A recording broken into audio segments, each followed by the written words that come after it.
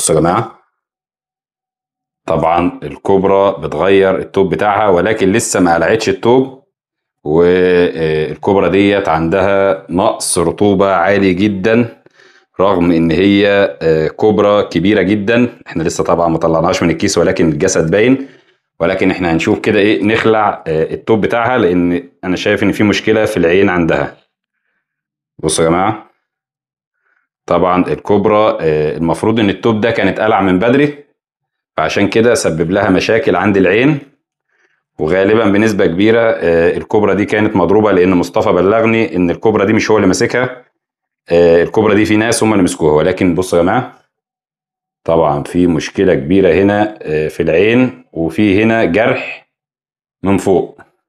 فدي أنا ما كنتش متوقعها الحقيقة. ولكن الكوبرا دي لازم تتعالج، لأن طبعا ده هيشكل خطر عليها. هو طبعا مصطفى قال لي إن هي حركتها بطيئة،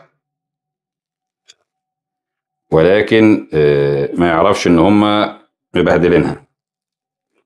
طبعا دول جماعة مسكوها عندهم في بيت، واتصلوا على مصطفى وجه اخدها منهم. ولكن كبرى ضخمة جدا جدا. بصوا يا جماعة، ما شاء الله. بصوا يا جماعة الكبرى عاملة ازاي. طبعا كبرى ضخمة، ولكن للأسف الكبرى ديت حصل عندها التصاق في التوب بتاعها بسبب نقص الرطوبة. طبعا الالتصاق ده لما بيحصل بيبقى فيه نقص في الرطوبة عند الكبرى. ولكن الكبرى ضخمة جدا.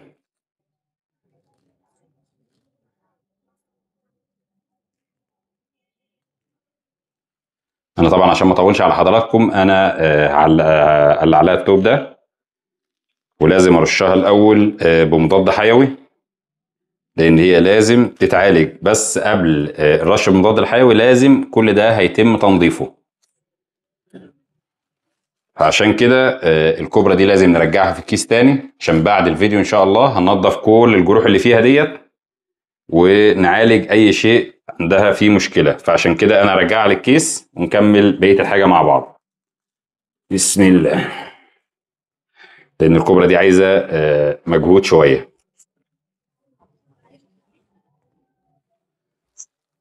طبعا احنا لما تكون كوبرا كبيرة زي كده يا جماعة ونيجي نحطها في الكيس، افضل حاجة بنعملها ان احنا نمسك الدماغ الاول، وبعد كده نربط الكيس من بره عشان نبقى في الامان. طبعا الكوبرا منزعجة جدا، وده طبيعي جدا بسبب الجروح اللي هي فيها، فده طبيعي جدا. ولكن احنا هنسيبها دلوقتي لان هي محتاجة علاج. هنا ده يا جماعة الكوبرا اللي كان بعتها لي صديقه مصطفى، اللي كانت فيها كذا جرح. طبعا هنا بعد مرور اسبوعين، هنا زي ما حضراتكم شايفين لسه الجرح بتاع الرأس لسه بنعالجه. وطبعا العين كده خلاص مفيش فيها امل. ولكن عندنا هنا زي ما حضراتكم شايفين، هنا كان في جرح رقم 1، جرح رقم 2، جرح رقم 3. زي ما حضراتكم شايفين هنا ده جرح رقم 3، جنب منه على طول جرح رقم 4، هنا جرح رقم 5. حاول ان انا اوضحه لكم. طبعا كل الجروح اللي في الجسم دي الحمد لله ابتدت ان هي تتعافى، ولكن ده الجرح الاخير اللي لسه ما تعافاش. طبعا انا شغال عليها بالمضاد الحيوي. ولكن زي ما حضراتكم شايفين كوبرا ضخمة جدا جدا، من اضخم الكوبر اللي بعتها لي صديقي مصطفى، ومن اضخم الكوبر عموما اللي عندي. ولكن للاسف يعني كل اللي فيها ده غالبا بنسبة كبيرة الناس اللي اصطادوها طبعا ناس مش صيادين، فلو عندهم في البيت فبدأوا ان هم يضربوا فيها وتسببوا في كل الجروح دي. فعشان كده احنا بنعالج الكوبرا، وان شاء الله هنتابع حالتها مع بعض. وفي اي جديد باذن الله هننزله مع حضراتكم لحد ما نعالجها ونشوفها مع بعض وهي زي الفل باذن الله.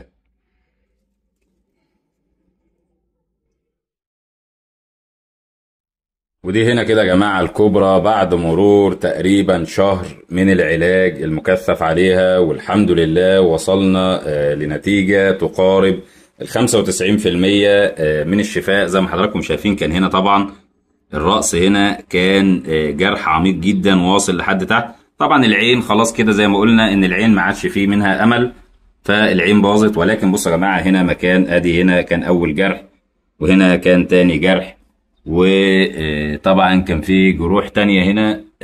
انا طبعا مش شايفها هنا. ادي كان تالت جرح، رابع جرح. يعني تقريبا كل الجروح بفضل الله هنا تعافت بنسبة تتخطى 95%.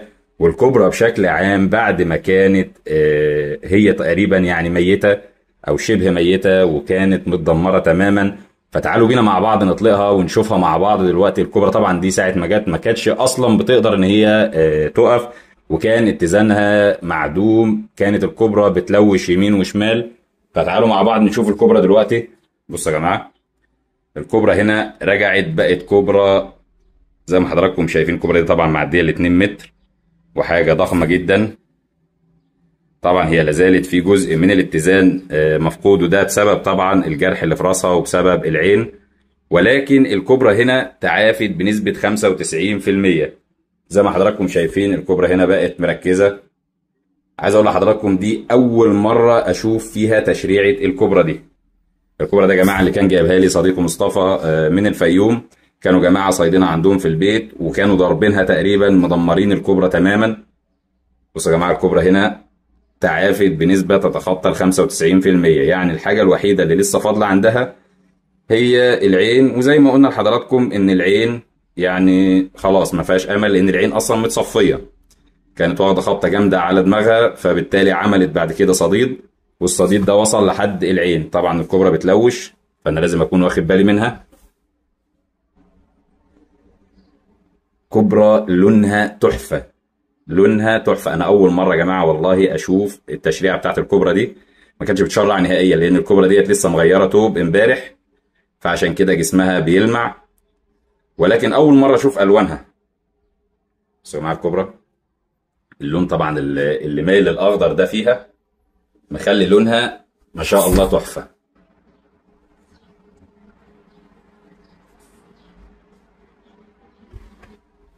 طبعا بحاول استفزها عشان اشوف صحتها.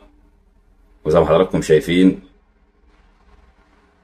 هي طبعا هنا فاتحه بقها عشان مستعده لللبن، لان هي بالعين اللي الناحيه دي هي مش شايفاني. هي مش شايفه غير العين اليمين، لكن العين الشمال عندها مش شايفه بيها اي حاجه خالص. لكن هي بصراحه الوانها تحفه.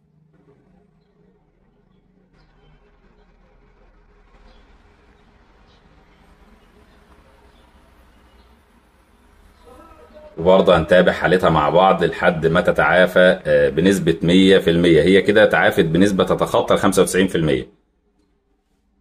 هنتابع معاها برضه، لأن الكبرى ألوانها من أجمل الكبر اللي شفتها في الضخامة كمان. لأن اللون اللي مائل للأخضر ده المنقط على جسمها ده مديها حقيقة، يعني مديها لون جميل جدا. وعلى فكرة يا جماعة والله في التصوير ما بيظهرش دايما اللون الحقيقي. يعني هي على الحقيقة أصلا اللون بتاعها لون أفضل من كده.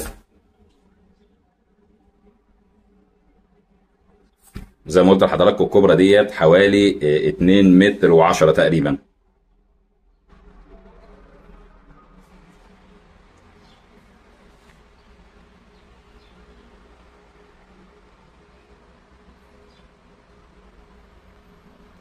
انا الحقيقه يعني كنت فاقد الامل فيها من كتر الضرر اللي كانت متضرراه. انا كنت فاقد الامل فيها، ولكن الحمد لله ان ربنا سبحانه وتعالى وفقنا وقدرنا ان احنا نعالجها.